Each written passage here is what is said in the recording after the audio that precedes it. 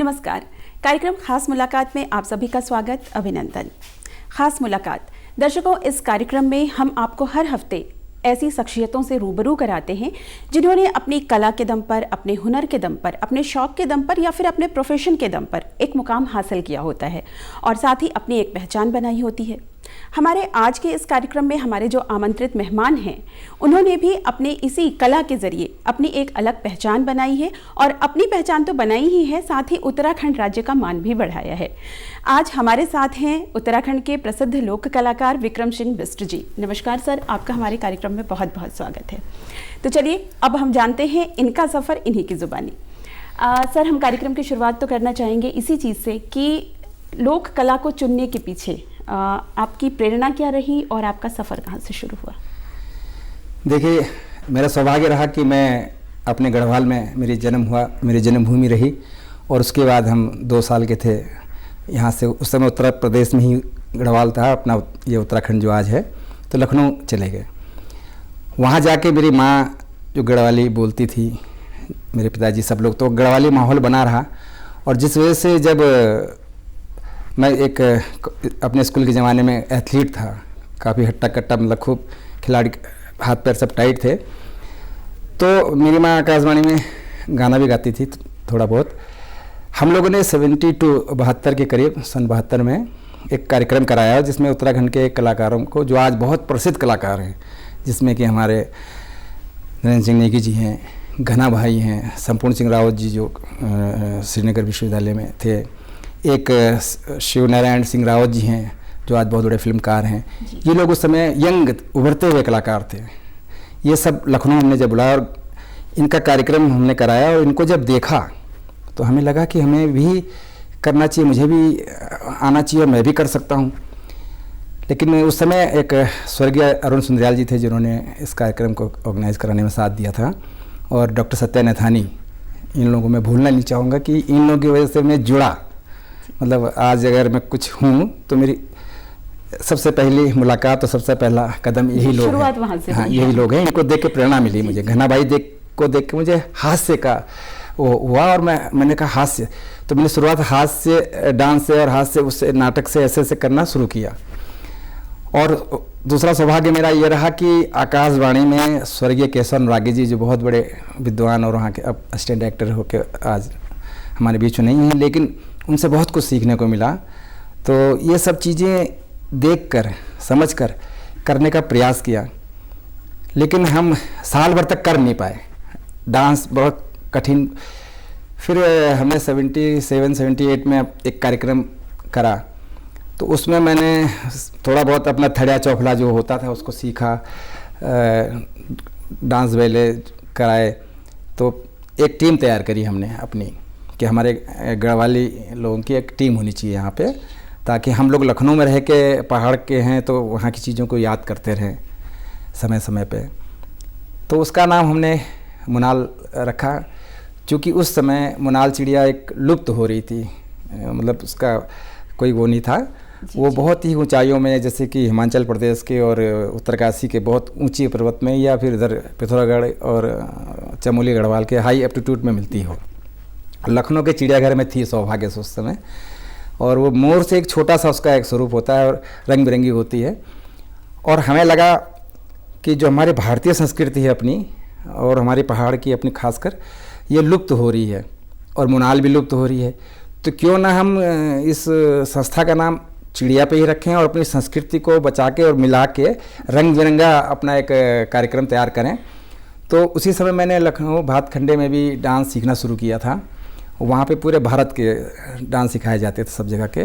तो दिमाग में फिर थोड़ा पहाड़ से हट के भारत बन गया।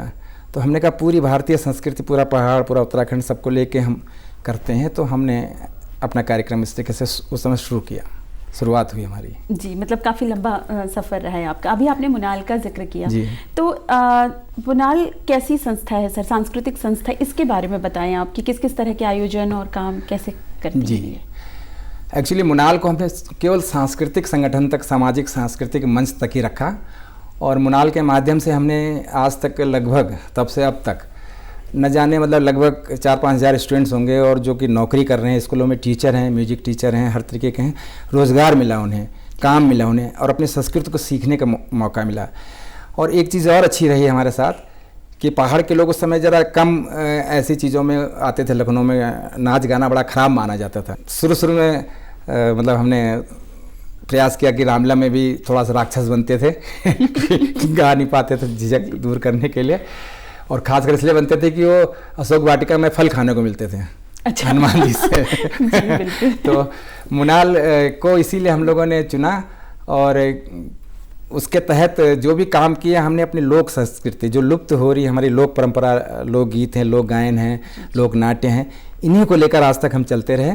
उसके अलावा हमने कोई और, जबकि लोगों ने वेस्टर्न डांस और ये और वो फैशन शो ऐसे संस्थाओं से करना शुरू किया। हमको भी कहा कि करिए, उसमें पैसा मिलेगा। हमने कहा पैसा नहीं देखना, अपनी संस्कृति देखनी। हालांकि इस उसमें कोई ना स्पॉन्सर हमें मिलता है, ना कोई हमको आगे बढ़ाने वाला मिलता है, क्योंकि हम लोग ज़मीन के कार्य करता है, ज़मीन का ये काम है। लोक नृत्य तो हम लोग आज तक भी ज़मीन में ही हैं। जितने भी आपने लोक कलाकार देखे होंगे वो लगभग थोड़े से डाउन अर्थ ही रहेंगे, हाँ, बहुत नीचे ही रहेंगे। क्योंकि अभी शास्त्रीय संगीत हो, शास्त्रीय गायन हो तो वो जल्दी से हाईलाइट हो जाता है, उनको वो भी मिल जाता है आशीर्वाद सबका। लेकिन हम लोग बस अपने में रहते हैं, अपने को खुश करने के लिए अपना मन उसके लिए ही करते हैं। जी, जैसे अभी आपने बात की कि अपने उससे करते हैं, लेकिन आप भी जानते हैं कि किसी एक टीम को लेकर चलना और एक कार्यक्रम तय करना, एक कार्यक्रम में जाकर अगर आप वहाँ पर अपने कला का प्रदर्शन कर रहे हैं तो ये बहुत छोटी चीज़ नहीं होती, उसमें बैक स्टेज भी बहुत सारा काम होता है। तो इन सब चीज़ों को कैसे मैनेज करते हैं और कहाँ से आप लोगों को सहयोग मिल जाता है? जी जी जी, इसमें तो बहुत ही कठिन हमारा प्रयास रहा, इसलिए कि हमने 10, 15, 20 लोगों की टीम बनती है हमारी, 6 लड़का 6 लड़की, डांस का, बजाने वाले सब, इन सब को तैयार करना, उनको सिखाना। और उसके बाद जब हम पहली बार हमने उत्तरकाशी माघ मेला किया था 81 में, बाहर का प्रोग्राम लखनऊ में तो करते रहे, तो अपने खर्चे से कलाकार ले गए कि एक बार हमारा प्रोग्राम देख लें। दूसरी बार 1982 में एशियाड का था, चल रहा था, तो उसमें कराया था। और फिर हम मसूरी फेस्टिवल गए, मात्र 1,500 रुपये दिए गया था और वहाँ से 15 लोग आए थे हम। तो वहाँ पे हमने व्यक्तिगत संबंध थे तो ठहराया, खिलाया, पिलाया, आना जाना ही हो पाया, है ना, पेमेंट। लेकिन हम लोग उस समय पेमेंट के लिए काम नहीं करते थे और न ही पेमेंट मिल पाता था।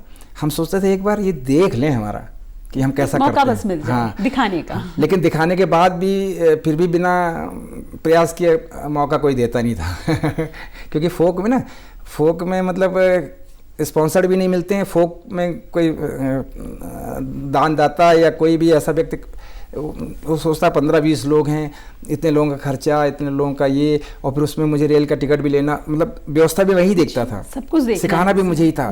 तो मेरे लिए बड़ा टफ काम था। और जगह तो क्या होता है कि मैनेजर अलग हैं और आज तो उन्हें दूसरे तरीके से ठेकेदार कहते हैं कि वो आता उन्हें कुछ नहीं, लेकिन वो अरेंज कर देंगे प्रोग्राम, आपको बुलाया, इनको बुलाया, उनको बुलाया, और उन्होंने टीम तैयार हो गई। क्योंकि जिनको हमने सिखाया उनको आपने आसानी से कहा कि आ जाओ मेरे साथ, तो चले गए।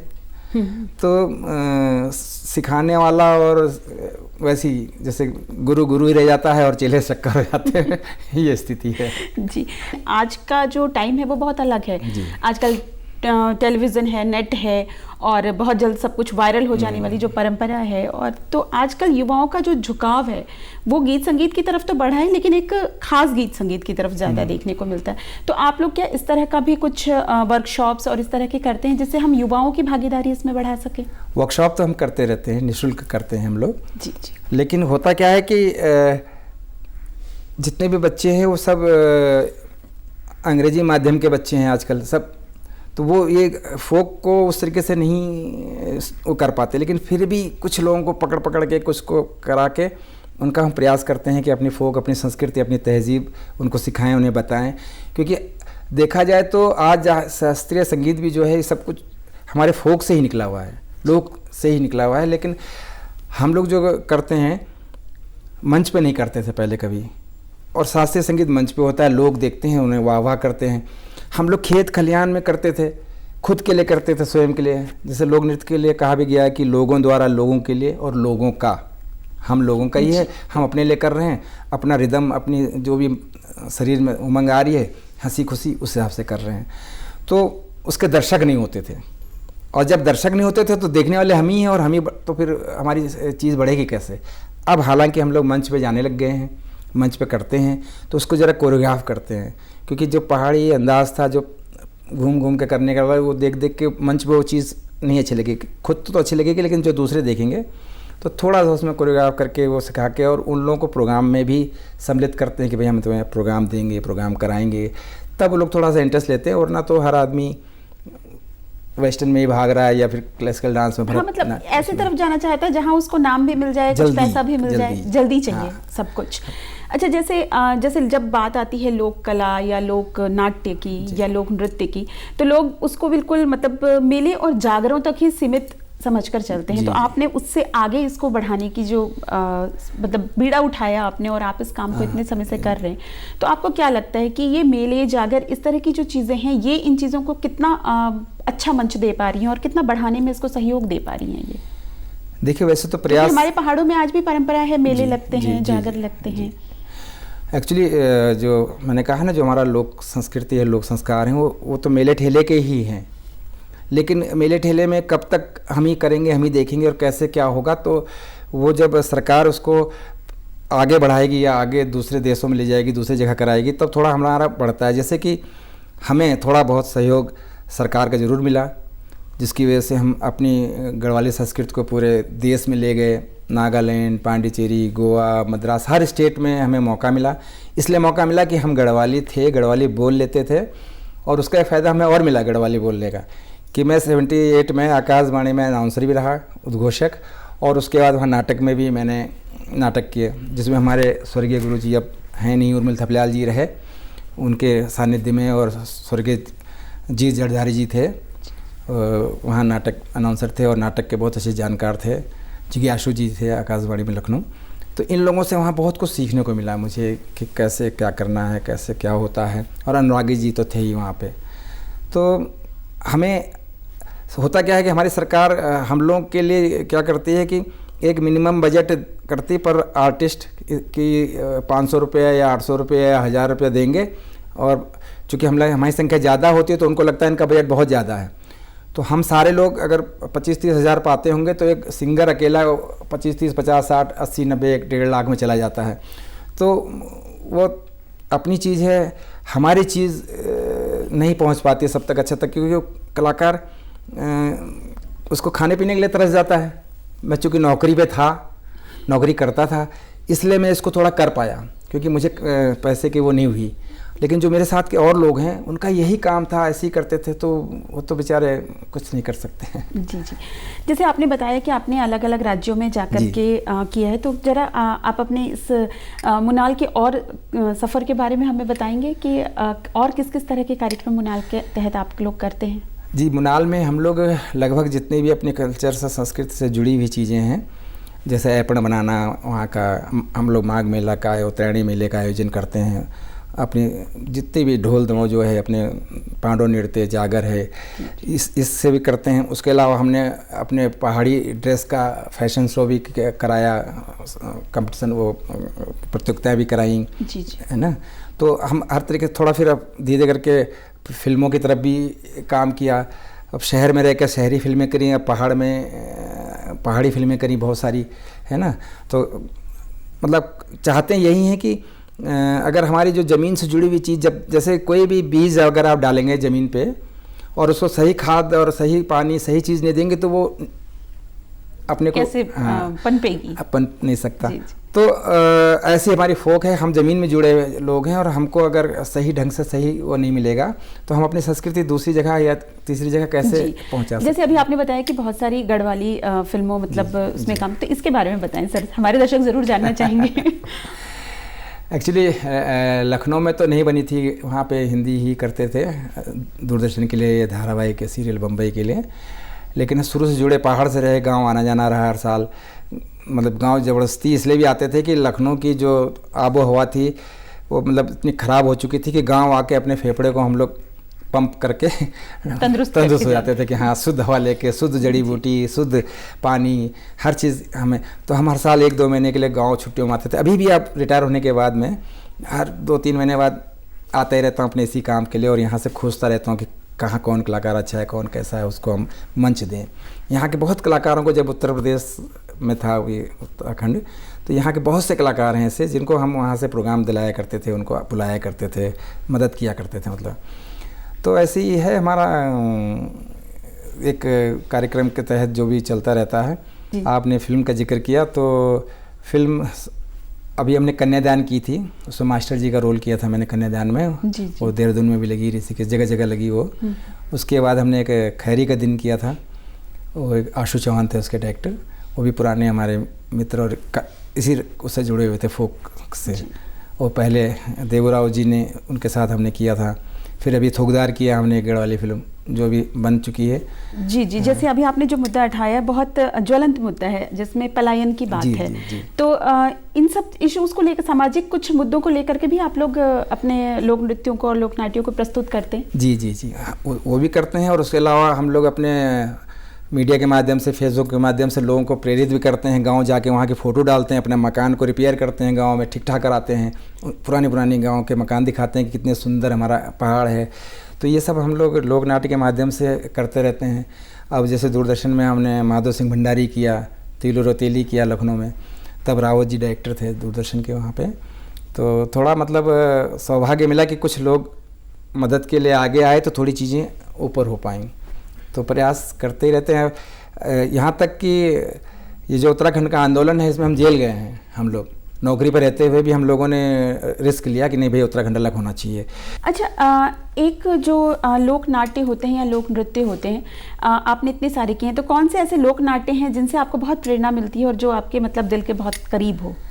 देखिए, लोक नाट्य तो यहाँ तो भंडार बड़ा भरा पड़ा है पहाड़ में तो है, और दिल के करीब लगभग सभी हैं। किसी एक को बोल के मतलब दूसरे की वो करना तो नहीं करना। फिर भी कुछ एक तो होता है ना जो लगता है कि नहीं, इसने जीवन को बहुत छुआ है या बहुत प्रभावित किया आपको। अब जो छूने वाले तो सबसे पहले हमारा माधव सिंह भंडारी थे, कि जिनको मतलब जिन्होंने मतलब आधुनिक भगीरथ कहा जाएगा उनको, अगर अब दूसरे लोगों को कहा जाता है, क्योंकि हमारे पहाड़ की चीज़ें वो नहीं हो पाई, बाहर नहीं आ पाई, यहीं तक सीमित रह गई। जैसे तीलू रोतेली है, इस तरीके की ये जीतू बगडवाल हैं, तो ऐसे कई हैं पहाड़ों में कि जो मतलब दिल को छूते हैं और जिन पे फिल्म बननी चाहिए, जिन पे मतलब अच्छा काम होना चाहिए, हुआ भी है शायद, इन पे यहाँ करा भी है लोगों ने। लेकिन चूँकि आर्टिस्ट ज़्यादा हो जाने की वजह से, बजट ज़्यादा हो जाने की वजह से, वो पैसा ही हर चीज़ है आजकल, ऐसा हो गया। अब पहले हम लोग के यहाँ पैसा नहीं था, हम लोग घर से अपने साइकिल से या अपने उससे अपने पैसे से जाते थे, करते थे। अब थोड़ा सा माहौल ख़राब हो गया है। अच्छा, जैसे आपने माहौल की बात की, आजकल म्यूज़िक तो खैर काफ़ी काम हो रहा है म्यूज़िक पे, तो जैसे गढ़वाली गानों के भी एल्बम्स हैं और छोटे छोटे वीडियोस हैं, छोटी छोटी फिल्में हैं, तो ये जो बन रही हैं, इनको देख करके आपको क्या लगता है कि ये भी एक माध्यम हो सकती हैं? मतलब कितना सार्थक और कितना विपरीत, आप क्या मतलब महसूस करते हैं इनको देख करके? देखिए, अब तो खैर यही सब माध्यम रह गए हैं, बड़े पर्दे तो वैसे भी बंद हैं, है ना, और इतना बड़ा पैसा लगा काम हो नहीं सकता। लेकिन ये बहुत अच्छे माध्यम बन चुके हैं कि छोटी छोटी फिल्में बना के लोग, छोटे छोटे एल्बम बना के लोग अपने चैनल बना रहे हैं। अपने अपने चैनल बन गए अब तो सबके। पहले एक चैनल हुआ करता था और उस चैनल के लिए मारा मारी होती थी कि मेरा नंबर आ जाए, मेरा नंबर आ जाए। बाद में कई चैनल बन गए गानों के, लेकिन अब हर आदमी के चैनल हैं और हर आदमी उसको हाईलाइट कर रहा है, बना रहा है खुद, और खुद जो उसके दिमाग में है वो खुद कर सकता है। इतना अच्छा सुविधा हो गई है कि आप शूट करिए और एडिट करिए और आपने अपनी चीज़ बता दी। पहले हमें कहना पड़ता था। जैसे मुझे याद है कि बहुत पहले जब आता था कि मतलब परिवार, छोटा परिवार के लिए ना, कि लड़का और लड़की दो ही अच्छे, तो हमारे दिमाग में था कि यार लड़का लड़की जब बोल दिया तो आदमी के दिमाग में लड़का है, ये बोला जाए, लड़का हो चाहे लड़की। वो चीज़ बहुत बाद में जब दिमाग में आई तो बात आई, लेकिन तब हमारे पास इतनी सुविधाएं नहीं थी, तब हमारे पास ये सब नहीं था कि जो हम लोग आज तो तुरंत कुछ हो रहा है, तुरंत आपको बताया जा रहा है और आप सीख रहे हैं उससे। हमने भी अपना चैनल में डाला कि डांस कैसे सीखा जाए, पूरा बनाया उसमें। और ये नहीं कि डांस के लिए ही, आप अपने शरीर के लिए, फिट के लिए आप डांस ना करिए, कोई बात नहीं, आप अपने उसके लिए वाले व्यायाम करिए, एक्सरसाइज करिए जो हमारे डांस के हैं, जो हम लोगों ने सीखे हैं। 6 महीना हम लोगों को वही सिखाया जाता था एक्सरसाइज, ताकि बॉडी पूरे लय में आ जाए, ताल में आ जाए। और ये डांस एक अच्छा आर्टिस्ट अगर है, कलाकार है, एक्टिंग हीरो है फिल्म का, तो उसको भी आना चाहिए और बहुत ज़रूरी है उसके लिए भी। तो हर एक के लिए आप अगर एंकरिंग कर रही हैं तो आपके अंदर भी एक जब तक बहुत, तो हम तो चाहते हैं कि हर आदमी इस अपने संस्कृति को, फोक को सीखे, करे। जी जी। अच्छा, एक है कि जैसे ये लोक नृत्य हैं, लोक नाट्य हैं, इनमें जब तक समाज का हर वर्ग इसमें शामिल ना हो तब तक इसको आप एक सफल मतलब नहीं कह सकते हैं। तो इसमें आप महिलाओं की कितनी भागीदारी पाते हैं? जैसे गाँवों में जो हैं, हर छोटे बड़े उत्सव में नृत्य तो बहुत मतलब ज़रूरी चीज़ है, और हमारे पहाड़ों में तो हर त्यौहार में, जो भी त्यौहार 30 त्यौहार आते हैं, उसमें महिलाओं का एक सामूहिक नृत्य होता है। तो इन सब चीज़ों में आप महिलाओं की कितनी भागीदारी देखते हैं और कितना ज़रूरी समझते हैं कि ये इस चीज़ को बहुत आगे बढ़ा सकती हैं? देखिए, हमारा जो भी संस्कार है शुरू से अब तक वो महिलाओं से ही निकला है, क्योंकि मुझे अपना बचपन याद है गांव में। जैसे आपने बताया कि आपने अपनी माँ से प्रेरणा ली। तो सुबह जब हम उठते थे तो माँ मेरी गांव में चक्की पीसती थी, जंदेरे की आवाज़ आती थी, और हम आधी नींद में उनके सोते थे तो ऐसे से पैर हिलता रहता था और नींद बहुत अच्छी आती थी। वो माँ उसके बाद सीधे पानी के लिए जाती थी, फिर नीचे उसके लिए जाती थी, और जब संस्कार गीत हों, थड़िया चौफला हो, तो लेडीज़ तो वो तो धूरी है महिलाओं का, तो बिना उसके उनके तो कुछ है ही नहीं। और हमारे हर कार्यक्रम में सौभाग्य मेरा ये रहा कि मेरे साथ महिला कलाकार, महिला ही ज़्यादा रही मेरे कार्यक्रम में अब तक, क्योंकि लड़के थोड़ा कम उसमें भाग लेते थे, लेकिन वो बढ़ चढ़ के हिस्सा लेती हैं और हर चीज़ में आगे आने का प्रयास भी करती हैं। तो महिलाओं का तो योगदान बहुत ही ज़्यादा है हमारे साथ जी। और जैसे पहाड़ों में एक प्रथा भी है कि हर चीज़ जो उनके डेली जो दैनिक जीवन के काम है, हर काम से जुड़ा गीत होता है। हाँ। तो इन पे भी आपने किया है? हाँ हाँ। आज जैसे मैं स्वर्गीय जीत सिंह नेगी जी का भी नाम लूँगा, तो मेरी माँ का नाम बीरा था। तो जब वो वाला गाना चला कि तू होले बीरा ऊँची नीची डांडियों में, तो मैंने कहा माँ, इनको तेरा नाम कैसे पता लगा? मुझे नहीं पता कि उन्होंने गाना बनाया है, मुझे लगा मेरी माँ के लिए गाया है। मैंने कहा ये तो हमारे यहाँ जैसे कोहरा लगा सामने, तो यहाँ घास काट रही महिला, उधर दूसरी महिला वो दिख ही नहीं रही है, तो उसका उत्साह बढ़ाने के लिए इधर से ये गाती थी, वो भी कहती थी हाँ मैं हूँ, उसके गाने में गाना मिलाती थी इस तरीके से। वो उधर उस पहाड़ पे चारों तरफ जब, तो लोगों को नहीं लगता था हम अकेले हैं, वरना बहुत डर लगता था कि वहाँ जब कोहरा घनघोर छा जाता था, हम लोग डर के हमारे हालत ख़राब हो जाती थी कि अब रास्ता ही नहीं दिख रहा, इधर नहीं दिख रहा, कौन है क्या है। तो ये चीज़ मतलब उन लोगों ने शुरू की, अपनी डर, अपनी थकान मिटाने के लिए उन्होंने गाने शुरू किए, उन्होंने सब किया। और जो हमारा थड़िया चौफला होता है वो थाड़ यानी कि आंगन में जी। होता है, तो वो भी अपनी थकान मिटाने के लिए होता है, और 1 महीने तक होता था, बसंत पंचमी से बैसाखी तक। तो उसमें जिसकी मर्जी आए वो जुट गया बीच में, ऐसा नहीं कि करना है, बच्चा है, बड़ा है।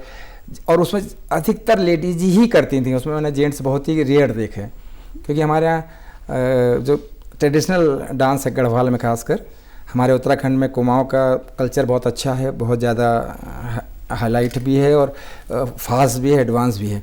वहाँ पे रति यज्ञ करते हैं कुमाऊँ में ना, तो लेडीज़ वहाँ पे लड़का बन के स्वांग करके, हमारे गढ़वाल में शायद ऐसा नहीं दिखता मुझे, या होता होगा तो मुझे नहीं पता। तो वहाँ पे खूब हंसी मजाक ठट्टा, और एक वहाँ छपेली होती है जिसमें लड़का लड़की डांस करता है, खूब प्रेम का इजहार, जैसे कि आसाम का बिहू डांस है, बिहू में भी ऐसे होता है, लड़का लड़की को वो करता है कि हाँ भाई है ना, लाइक करो। तो हमारे गढ़वाल में तो बहुत ख़राब माना जाता है अगर लड़का लड़की के साथ डांस कर ले। हमारे यहाँ तो एक स्पेशल कास्ट या जात या वो होती है कि जिन्हें हम वादी बदनी भी कहते हैं, कि जो हमको मनोरंजन करते हैं और वही नाच सकते हैं, हम नाचे तो हम भी वही हो गए। तो इससे निकलना पड़ेगा कि ये कला है, उनकी भी कला है, वो कलाकार हैं और कितना अच्छा, और वो जीवित रखे हुए हैं, और उनकी अब वो ख़त्म हो रहा है उनका, वो तो हम लोग कर रहे हैं। हम लोग बन गए हैं उसी हिसाब से। नहीं, अच्छा है, किसी न किसी को तो जरिया बनना ही पड़ेगा। अगर आपने कोई चीज़ करनी है तो शुरुआत हम ही से होती है, और शुरुआत जो हो जाती है तो फिर साथ भी बनता है और फिर सफ़र भी कट जाता है। तो सर, बहुत ही सुरीला, बहुत ही अच्छा सफ़र रहा है आपका। तो हम उम्मीद करते हैं कि हमारे दर्शकों को आपकी ये बातें सुनकर अपने लोक नृत्यों, अपनी जड़ों के प्रति प्रेम और बढ़ेगा उनका। आप हमारे स्टूडियो में आए और आपने हमसे इतनी अच्छी बातचीत की, इसके लिए आपका बहुत बहुत धन्यवाद। आज की इस खास मुलाकात में बस इतना ही, फिर आपसे मुलाकात होगी। नमस्कार।